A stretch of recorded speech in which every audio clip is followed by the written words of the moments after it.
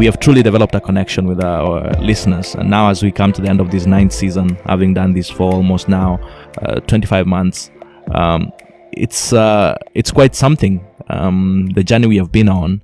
And here today we want to share with our listeners that we are intending to take a break after this because we feel we need to refresh, reflect, and then restart as we shall be moved into the future.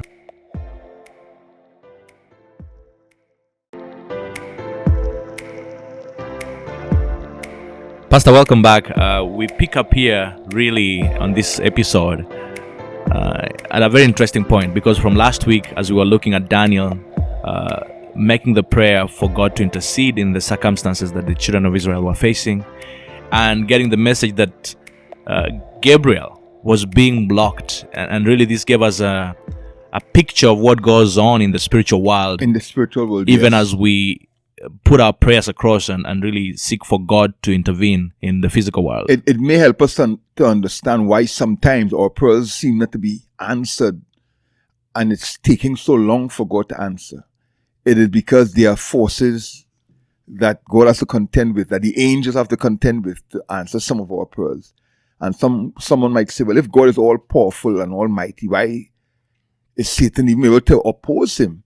Simply because God has chosen to limit the use of his power in terms of coercion. God is not a God of coercion. Right. He doesn't force anyone. So wherever a prayer needs somebody to do something, and then God has to persuade and use the powers of persuasion, because he is not a God of coercion. Yeah, and that was a very interesting journey or an understanding to develop, even as we look at this very prophetic book, because that was a very practical sort of immediate knowledge about how God operates in our world. Yes. And so jumping from that, because I think as the book moves along, we see different layers and sides to this whole layout of the book of Daniel. We are sort of zooming in here today to really the details of what has been going on since Daniel 2, the prophecy. Yes. Interestingly enough, the book is written in layers or parallels. So you have Daniel chapter 2 with the image, Daniel chapter 7 with those beasts, those wild beasts, Daniel chapter 8 with the more domesticated beasts, which were the beasts used in the sanctuary service, and we talked about that. And each time the prophecy took us forward. So in Daniel chapter 2 we see Babylon, the head of gold. In chapter 7, we see Babylon as the lion. But then in chapter 8, there is no Babylon. Why? Because by this time, Babylon is moving off the scene. Mm-hmm. And more details are given for the latter end of the prophecy. So Daniel himself is living in the time of Medo-Persia. He's living in the time of Babylon. So he doesn't need much information there.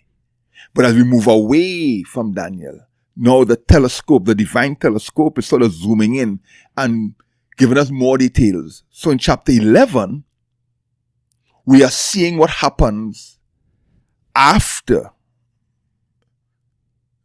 the ram with the one horn.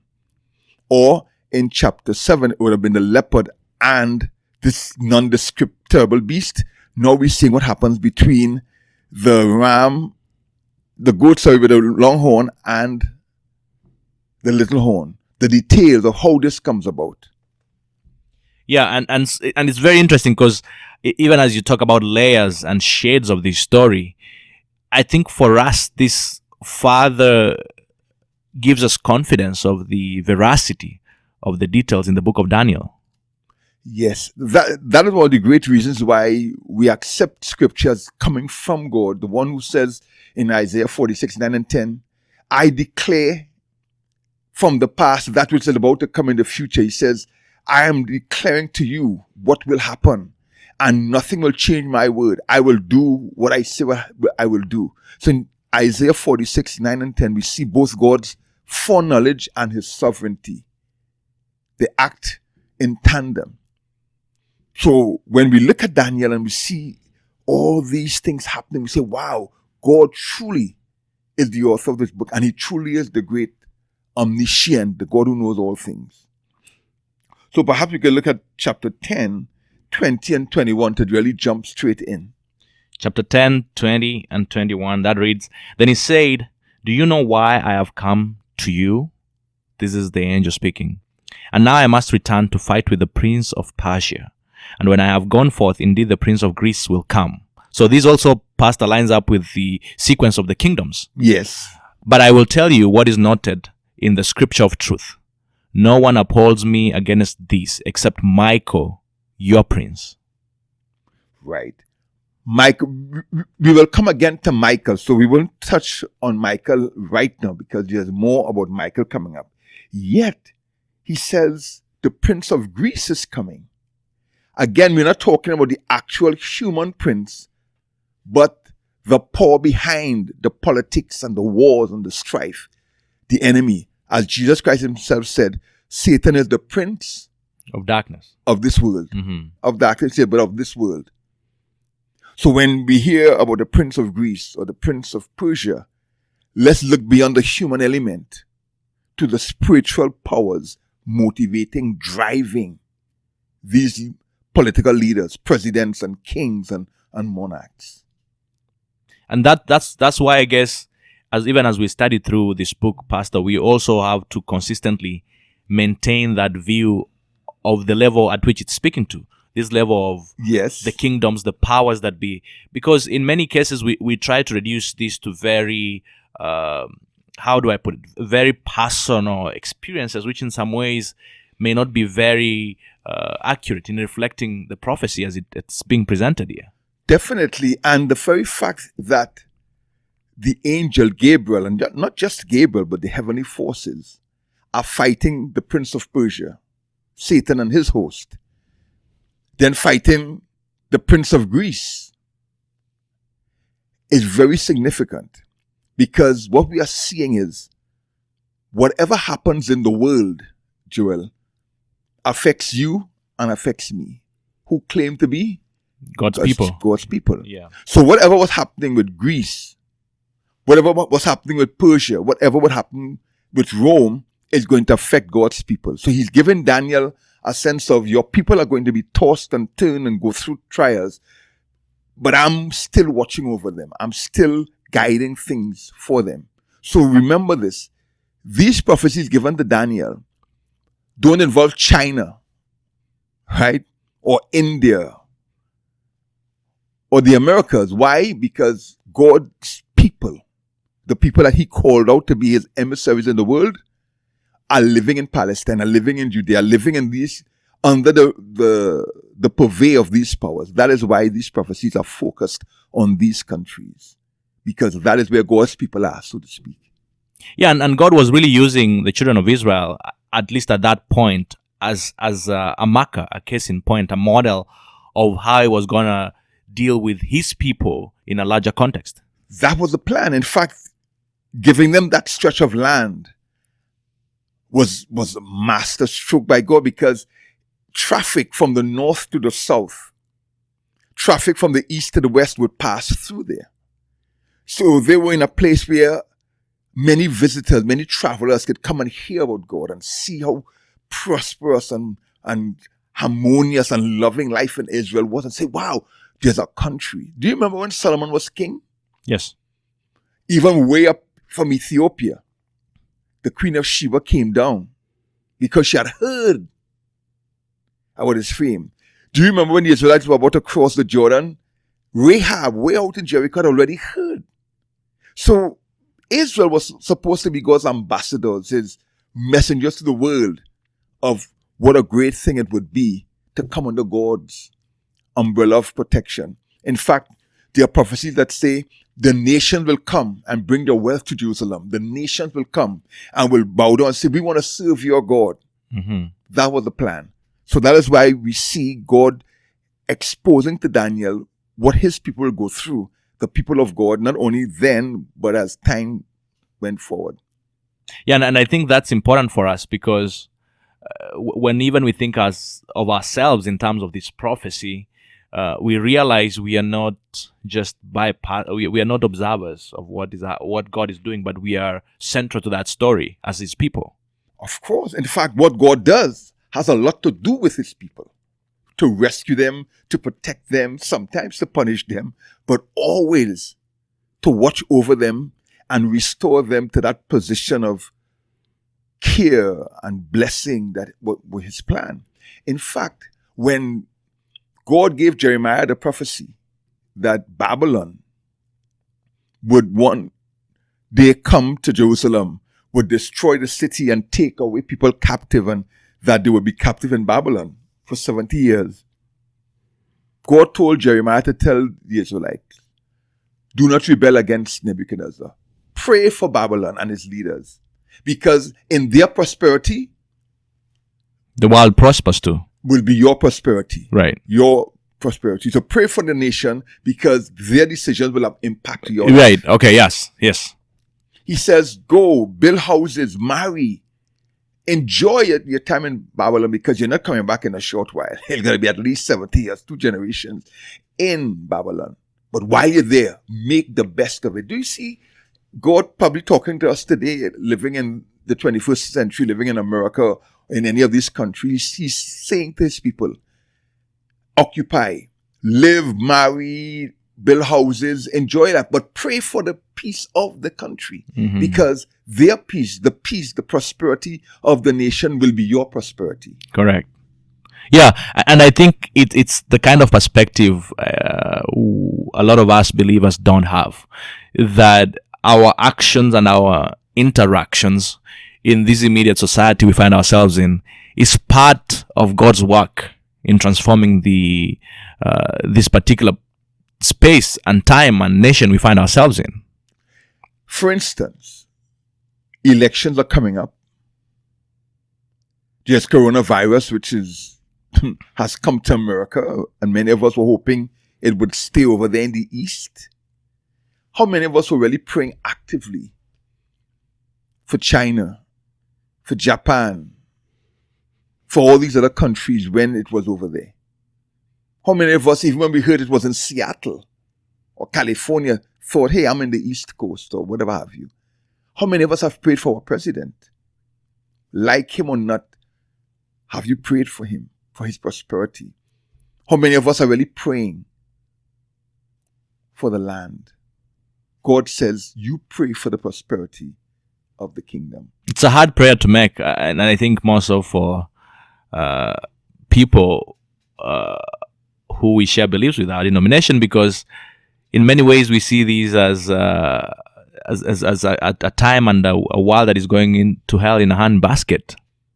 And so we remove ourselves from any prosperity of this space, because for us we're going to a better place. Yes, but while you are here, be a useful, productive element of being here.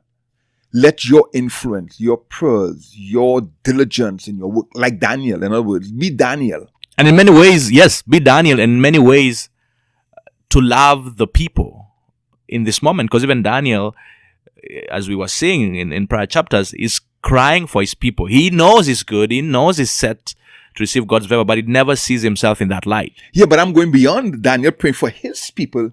Daniel was faithful to Nebuchadnezzar. Yes. He was faithful to Darius the which king. were worldly kingdoms. Yes, people who captured his people and had his people in slavery. Joseph, be a Joseph, yes, who was faithful to Potiphar. Potiphar said, since this young man came here, my business has gone through the roof. My prosperity has gone to limits I never imagined. I could trust this man with everything.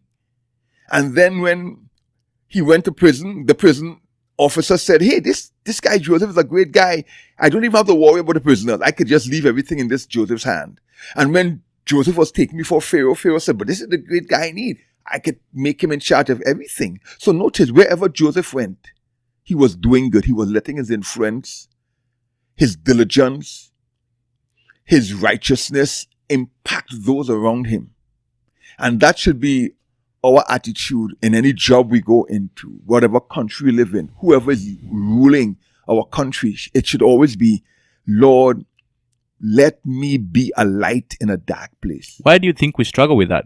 Why do you think many Christians struggle with doing that and living out that kind of life? You kind of hinted at it early on when you said most Christians see the world going to hell in a handbasket. So that is those people over there, those worldly, sinful people who God doesn't love, who God is going to destroy. Let me pull aside in my corner. So it's a selfishness, it's a self-centeredness that should not be part of our experience, but it is.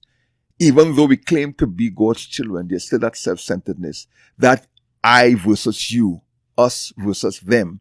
We are better than you because we are God's people. God loves us. He will do things for us. But you, God is going to destroy you. That attitude is what causes many of us to treat people in our neighborhood, the people we meet, with scant courtesy, to not really extend ourselves to make this world a better place, because in our mind, this is all going to hell in a handbasket, to use your term. But there should be a different attitude. All of these are people God loves. And besides, I live here. If coronavirus hits my town, I'm going to be infected. I am going to be affected. If the government passes laws that are unjust, I'm going to be affected. So we need to keep that attitude.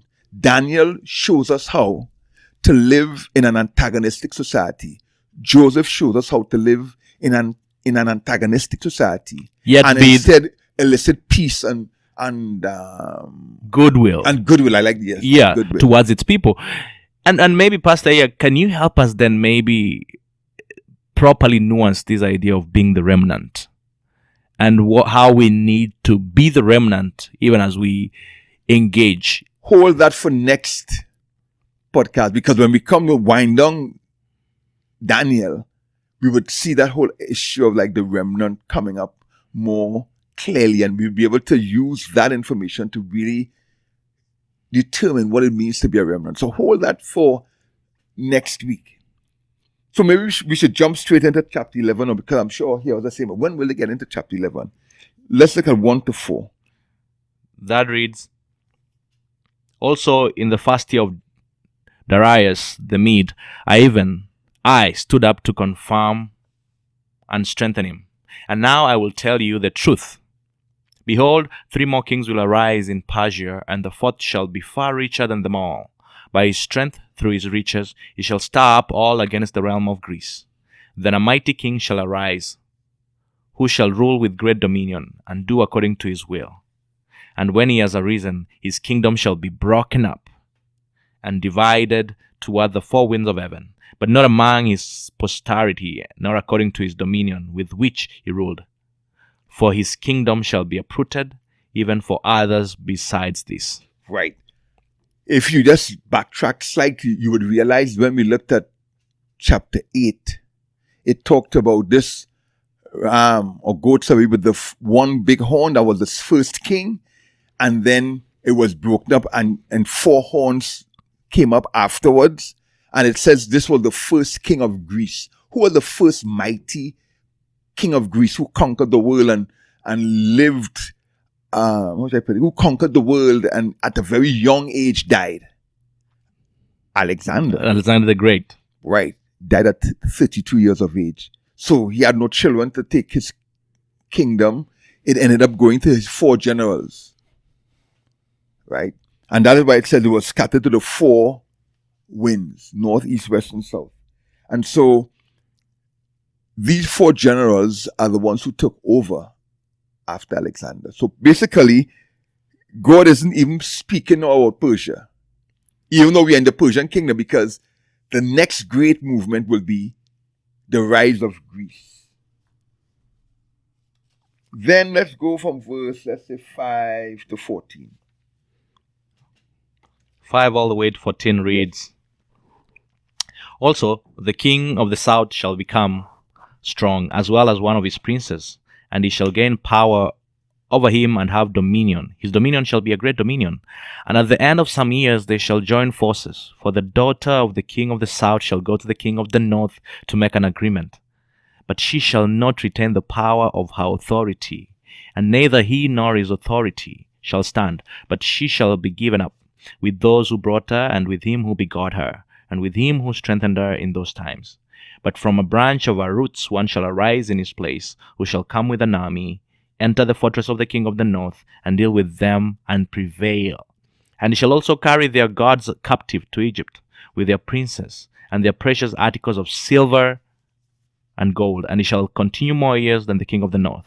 Also the king of the north shall come to the kingdom of the king of the south, but shall return to his own land. However, his son shall stir up strife and assemble a multitude of great forces, and one shall certainly come and overwhelm and pass through them. He shall return to his fortress and stir up strife. And the king of the south shall be moved with rage and go out and fight with him, with the king of the north, who shall muster a great multitude, but the multitude shall be given into the hand of the enemy. When he has taken away the multitude, his heart will be lifted up, and he will cast down tens of thousands, but he will not prevail. For the king of the north will return and muster a multitude greater than the former, and shall certainly come at the end of some years with a great army and much equipment. Now in those times many shall rise up against the king of the south. Also violent men of people shall exalt themselves in fulfillment of the vision, but they shall fail. So the king of the north shall come and build a siege mold, and take a fortified city, and the forces of the south shall not withstand him. Even his choice troops shall have no strength to resist. Wow.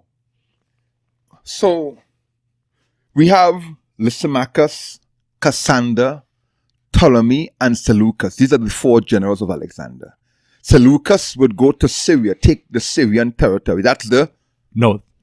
Ptolemy would take South, which would be like Egypt, which would be the headquarters, the major power. By this time, Lysimachus and Cassander didn't do much. They got swallowed up. And what we ended up with is Syria and all that under Seleucus, and then the southern territory. So the Seleucian dynasty and the Ptolemaic dynasty in the south. So when you hear the king of the south, we are talking about Egyptian forces. King of the north, the Seleucian forces. So far, so good? Yes. All right. Wars happen because men are selfish. They want power. They want dominion. Notice something. If the king of the north and the king of the south, why do you think God is referring to the Seleucian as the king of the north and the people in Egypt as the king of the south? Why do you think that determination is used? King of the north, king of the south. To distinguish them? Yes, but there's a reason why. And with the north being more powerful in a sense? Oh, okay, maybe I should put it this way. If I live in Florida, right, where would North Carolina be? Would that be south or north? North. Where would New York be? North. So everything basically goes up. Is north because where? Where am I? I'm at the bottom of. So because I'm in the south, right? Yeah. If I'm living, let's say, in maybe Virginia, where would north be? New York. Where would south be? Florida. Right. So then, depending on where I am, north or south would be different. You see what I'm talking about? Yeah. So now, Daniel is a Jew who lived in Jerusalem, Judea. So now we know why God is saying king of the north and king of the south, because it is all in relation to Judea, Jerusalem. So then, if the king of the north is going to fight the king of the south, or the king of the south is going to fight the king of the north, it means they have to pass through Judea. Yeah, that territory. In other words, God's people are going to be shaken. Yes. Back and forth, which is why later on it says that even rebellious men from your own people will join to fight. So the Jews will sometimes ally themselves with this power or ally themselves with that power, hoping for freedom, of course, and sometimes they made the wrong choices, as was mentioned here. So that is why it's called King of the North, King of the South, because it is all in relation to God's people. So in many ways, it's an allusion to the instability the people of God will face because of the strife. That's the point. So they're being tossed back and forth. If the king of the south is in power, then they got to serve this one. If the king of the north, they got to serve. Their allegiance is always being tested back and forth. While they themselves are trying to maintain an identity for themselves, there's these wars that are raging in which they are going to be affected. And sometimes, like I said, they would choose the wrong people to ally themselves with.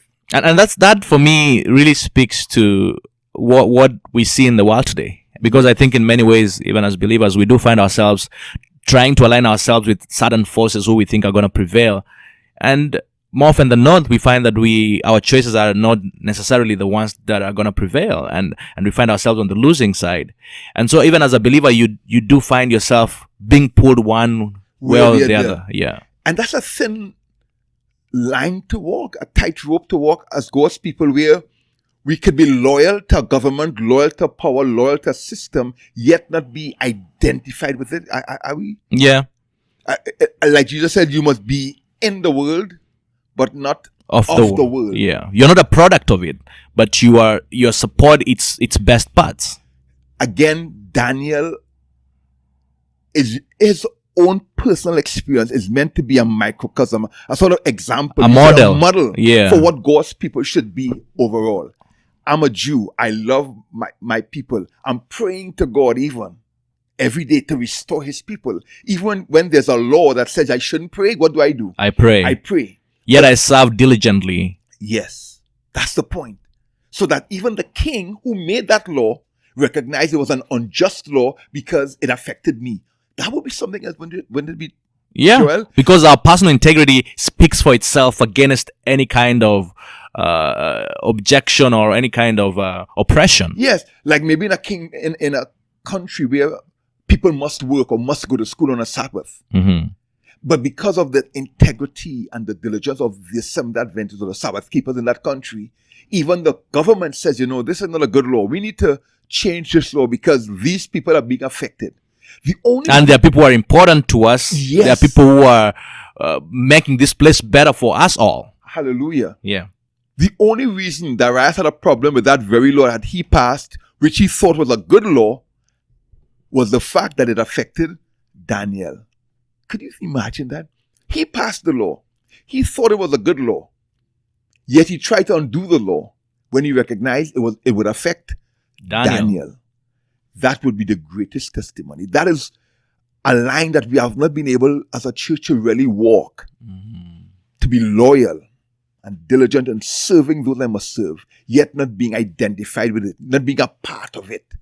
To keep my independence as a Christian while still being a loyal citizen. Give to Caesar what belongs to Caesar. Hallelujah. Yes, that's the point. Give to Caesar what belongs to Caesar. One little point that must be mentioned here. When there is war, we try peace. We see it happening right now with Russia and Turkey getting around to say, hey, let's have peace. America tried to broker peace between Israel and Palestine because we want peace. And we try many things.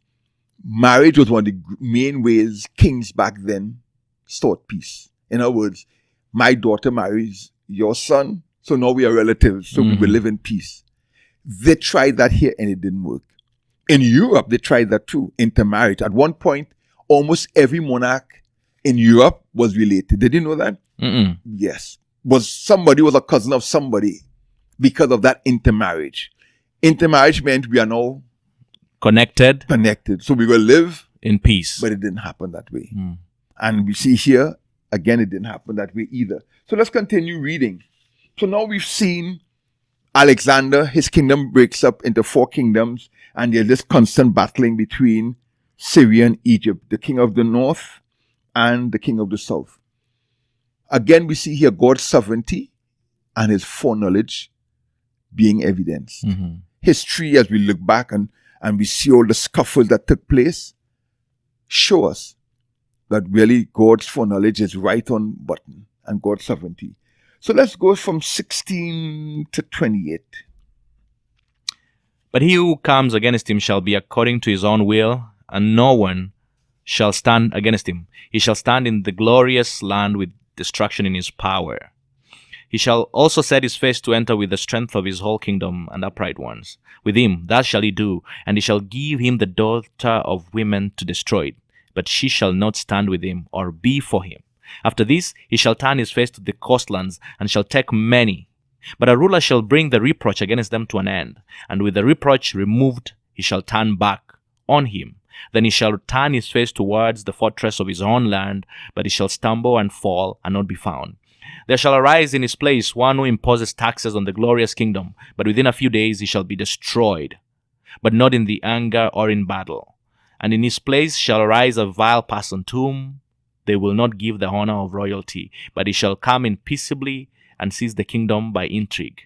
With the force of a flood they shall be swept away from before him and be broken, and also the prince of the covenant. And after the league is made with him, he shall act deceitfully, for he shall come up and become strong with a small number of people. He shall enter peaceably, even into the richest places of the province, and he shall do what his fathers shall have not done, nor his forefathers. He shall disperse among them the plunder, spoil, and riches, and he shall devise his plans against the strongholds, but only for a time. He shall stir up his power and his courage against the king of the south with a great army, and the king of the south shall be stirred up to battle with a very great and mighty army, but he shall not stand, for they shall devise plans against him. Yes, those who eat of the portion of his delicacies shall destroy him. His armies shall be swept away, and many shall fall down slain. Wow. Mouthful. It is. It says so much in Daniel chapter 11. At this point, the Syrian and Egyptian powers are beginning to wane in their power. And even as they are battling and fighting, Rome is beginning to grow. From just a small outpost, it began to gain power and to become more prominent on the world scene. And this is what we see happening here, that intrigue that's happening with the Roman people in their allegiance with Egypt. This is like the time of Mark Antony. You might have heard about Mark Antony and Cassius and Julius Caesar. All of this is being intertwined here, that in back and forth, the allegiances, etc. Now, it talks about someone who raises taxes. Many people believe that was Caesar Augustus. He was Julius Caesar, we mentioned that before, nephew, who was adopted by Julius Caesar. And after the triumvirate, we talked about the decemvirate, the 10 men, the 10 elders of Rome who set the laws for a while that ruled Rome. Then we had the triumvirate, the three leaders, Mark Antony, Julius Caesar, and the other ones escaped my mind, who were like three rulers. Then Caesar Augustus. He wasn't Caesar Augustus then. He came in as when Julius Caesar died, and he began to gain authority, to ask for Caesar's authority. And people didn't expect much from him. He was the one who started raising taxes. He was the one who wanted to be worshipped like a god. Actually, it's with him that the emperors of Rome, the Caesar, began to be worshipped as gods. He was once called the Son of God, and some titles, Pontifex Maximus. He took names upon himself, just like the little horn power. But this is Caesar Augustus. So that Julio-Claudian dynasty that started with Julius Caesar and went on to Nero is under the time when Christ was born. Christ was born with the second emperor to rule, which was Tiberius. So Caesar Augustus was the first person who became like Caesar, emperor, ruler, supreme ruler. Then the next one was Tiberius Caesar. That is the one, the contemptible person mentioned here. And it goes on and on till we get to Nero, who was the last sole emperor of that power and might of that Julio-Claudian dynasty in about 68 AD. So what we are seeing here is the rise of which Rome? Pagan or papal? Pagan. Pagan Rome. It talks about the glorious land. Which land is the glorious land? It talks here about they would go towards the glorious land. Think about it. Again, who are the people who are the center of all of this? God's people. Yes. So which would be the glorious land? Judea. Then? Yes. Palestine. Even today we say, I'm going to the Holy Land. Mm-hmm. Because that's where... So geographically, that represented what God was going to imply in a larger context. And what could that be then, Pastor? Because I'm sure now in the larger context of history, are we still talking about a particular location in time? In space, no. In fact, what we believe, those of us who live in the New Testament dispensation, is that all of these promises and prophecies that dealt with Israel as a single nation are now applied to the Israel of God throughout The world. The world. So the glorious land is no longer this spot in Palestine where every Jew prayed towards, etc. The glorious land now would be God's kingdom that he wants to bring to the earth. When the New Jerusalem descends back to earth, and God's people from all over the earth will now congregate in Jerusalem, the new Jerusalem. So that glorious land is referring to what God's plan was for Israel. What that piece of real estate would have been had they lived in God's way and under God's protection. So that's the glorious land that we're talking about. That's where Messiah was killed. And this little horn power would now be arising. So let's continue on. Let's look at maybe 29 until I tell you stop. That goes, at the appointed time it shall return and go toward the south, but it shall not be like the former or the latter. For ships from Cyprus shall come against him. Therefore he shall be grieved and return in rage against the holy covenant and do damage. So he shall return and show regard for those who forsake the holy covenant. And forces shall be mustered by him, and they shall defile the sanctuary fortress. Then they shall take away the daily sacrifices and place there the abomination of desolation. Those who do wickedly against the covenant he shall corrupt with flattery, but the people who know their God shall be strong and carry out great exploits. Quickly, let me just jump in here a moment. This here is referring up to the destruction of Jerusalem. It talks about the abomination of desolation, and the forces will rise up and desecrate the temple and fortress. We are talking here about AD 70, the destruction of Jerusalem. This now is where we are beginning to have a transition, because it says his armed forces will rise up to desecrate the temple. Then they will set up the abomination with flattery. That word is important. He will corrupt those who have violated the covenant. But the people who know their God will firmly resist him. Flattery and corrupt those who violate the covenant. Who would violate the covenant? If it's those who violated the covenant, who are we referring to? The people who don't know God, the outsiders. Would it be outsiders who would the covenant be made with outsiders or insiders? No, with the Israelites, right? Who know the covenant, but also with the people who may not know the full meaning of what the covenant implies. Well, in this case, there's a transition that we are seeing happening here from pagan Rome to papal Rome. Yeah, this flattery is referring to Constantine's so-called conversion. That whole process by which there was persecution of the church, but the church kept growing. And then Rome began to say, no, we got to change our tactics here.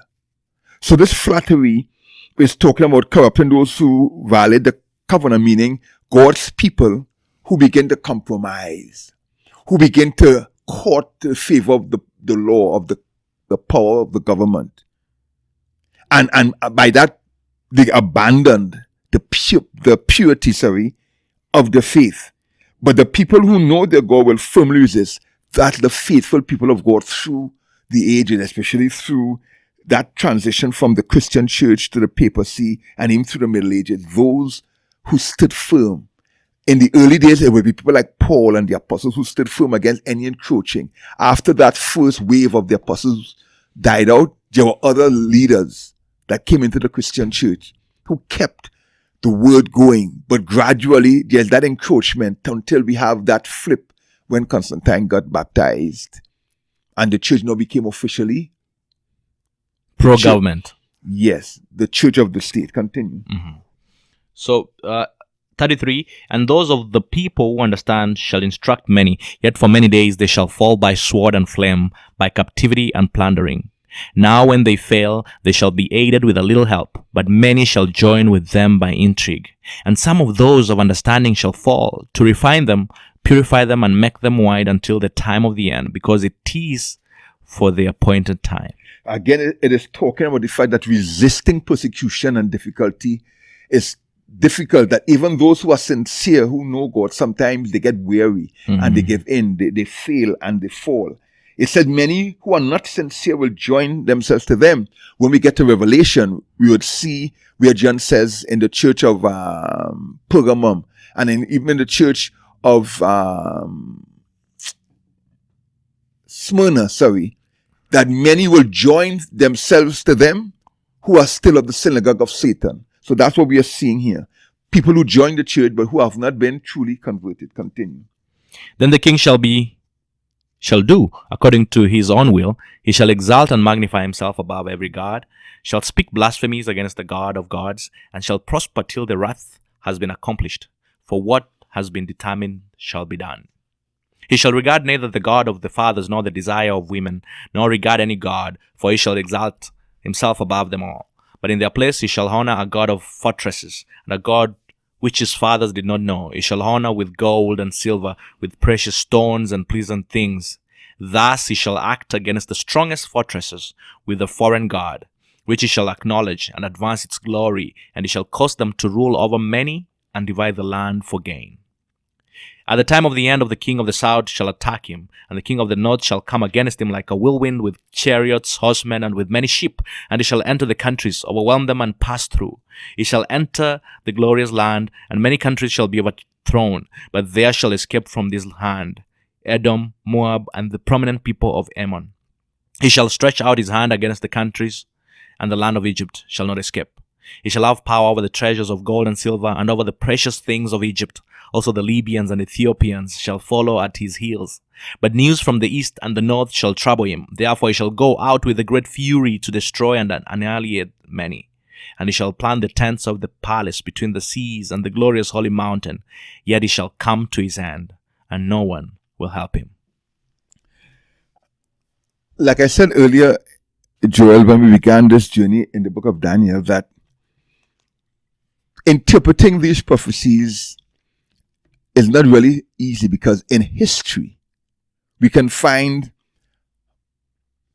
how should I put it, fulfillments of any number of these areas of the prophecies in different characters.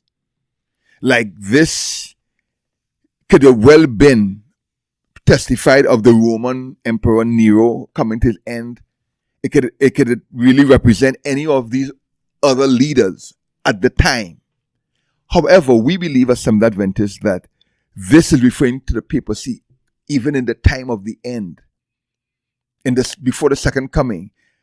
This is why we say Daniel and Revelation are two books that go hand in hand, because where Daniel leaves off, Revelation Picks up. Mm-hmm.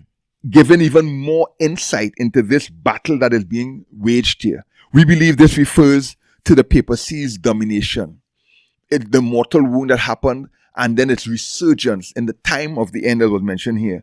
At the time of the end, when it will once more attack God's people, persecute. So you might wonder, why does it talk about Edom and Egypt? Well, guess what?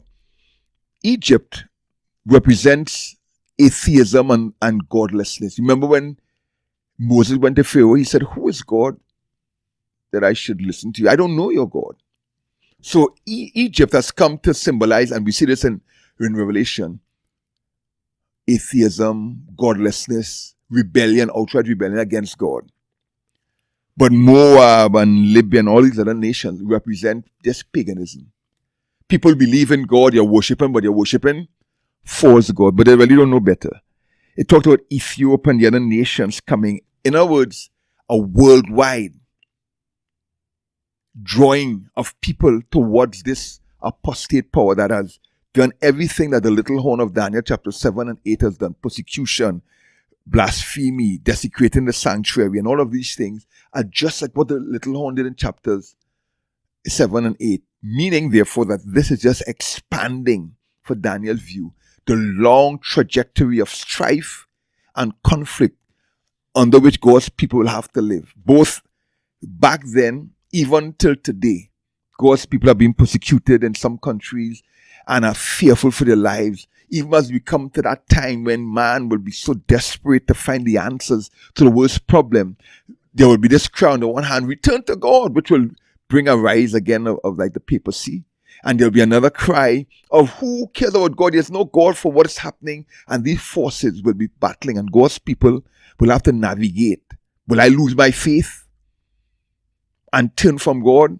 Will I remain faithful and not be deceived by all the philosophies and teaching that are out there? That will always be the challenge for God's people. How do we live amidst the opposing forces of godlessness on the one hand or false religion on the other? To remain true even when everything around me is turning to pieces. That is the challenge. And this prophecy was given to Daniel so that his people, in reading about it, will recognize that their duty was to stand firm, to keep to the covenant of God, to recognize that as much as they wanted to return and things would return to normal, there would be all these conflicts under which they would go. It is for us today to see what they went through and remind us too that we too, living in these days, will have to go through persecution, hard times. And as always, the question is, will I, like Daniel, be loyal and diligent, a good servant to those I must serve, while not being defined by this? Where my truest loyalty is to God. Where when I have to make a stand, I will make a stand. Like when Daniel prayed against, even when there was a law against it. How do we navigate that? By each day, like Daniel, purposing in our hearts for one thing. Having friends to support us. And by daily living a life of integrity, of consistency, of serving God continually. If not, like mentioned in the prophecy, some of us, even though sincere, will stumble and fall. And some of us will be deceived by the flatteries that come and will cause us to violate the covenant. Pastor, we have a message for our listeners here as we come to the close of this 9th season. And I wanted to give you a chance to be the one who delivers this good, bad news that we sort of have in this moment. Yeah, it's kind of almost, it's sort of almost emotional in the sense that we have come to be connected with this, in many cases, unseen audience. Some of our listeners, we know them personally. We have spoken to them. They have texted us, whatever have you. Others, we don't know who they are. And we feel a certain connection. Yet, you and I have decided after 2 full years of this that we would take a break to regroup, refresh ourselves and come back again, see what direction we want to continue going with the podcast and where God will lead us. So it is a sort of goodbye that may just be a temporary goodbye. Yeah, and even as I look across from you, Pastor, I realize that this is something that touches you in a very special way. I equally feel the same way because, as you've said, we have truly developed a connection with our listeners. And now as we come to the end of this 9th season, having done this for almost now 25 months, it's quite something, the journey we have been on. And here today we want to share with our listeners that we are intending to take a break after this because we feel we need to refresh, reflect, and then restart as we shall be moved into the future. Definitely. So we want you to continue to pray for us. Send us a note of encouragement even. We would really appreciate it to know that our labor of love has really resonated out there and has really helped you in your spiritual walk, in your appreciation of the scripture, and even those who actually study these lessons as we have. We would really appreciate hearing from you and that you would keep praying for us as well. Yes. That is our greatest request, that you keep us in your prayers, because again, for many who don't get to see us, Pastor, our friendship has grown over the last 2 years. In fact, this podcast has been a grounds for us to really interact and connect as we have wrestled with a whole range of issues really through these 9 seasons. And so we implore you to keep us lifted up. We will really value you dearly as our listeners, and even as we take this break, it was really because we feel that we need to again give this a new injection of energy, and we hope that taking a break and really again reforming our thoughts and our vision can be the means through which we're able to hopefully deliver even much more content that is better in quality and even in quantity. Amen.